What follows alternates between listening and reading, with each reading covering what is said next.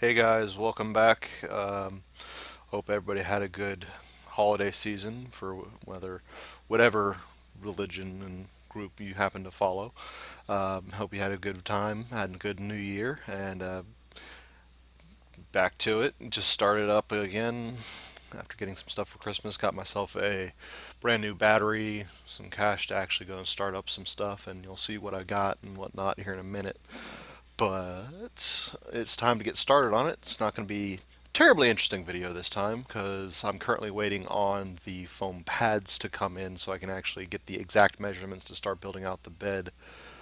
But without wasting too much more time, I figure let's get to it. Hope you enjoy.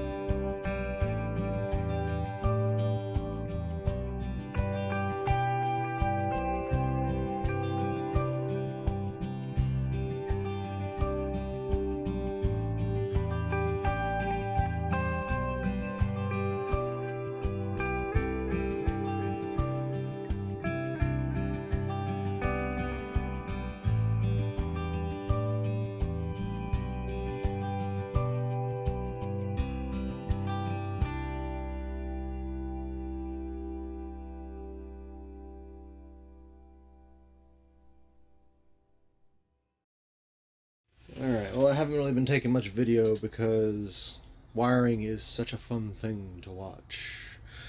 But as you can see, I've made a little trough thing here. It's going to be underneath a board, so all of the wiring for everything but the 110 is going to go in through that little trough, including the solar power and all that good stuff. I have been doing a little bit of wiring on the side. I've got power main, hooked up a temporary spot for my fuse box just while it's being used before it gets relocated. I'm currently waiting on bedding, the bed stuff, foam, foam, to get here so I can actually get the exact measurements so I can build out the couch. And I can't really mount any of this electrical hardware until I actually start building the frame to put it in. So all of my electrical stuff is going to fit in basically between here. I'm going to have the battery back up here, I think. Not sure where I'm going to put my inverter yet. But yeah, luckily I've been keeping track of what everything is as far as the wiring goes. TV, which with the new battery actually does work on 12 volt. I actually get audio and everything through it, which is awesome. Fan, switch panel. This guy here is a voltmeter that I'll have on the exterior, and it's also got a temperature gauge in it, so I can actually see what the temperature is in the camper at any given time. Down here I've got my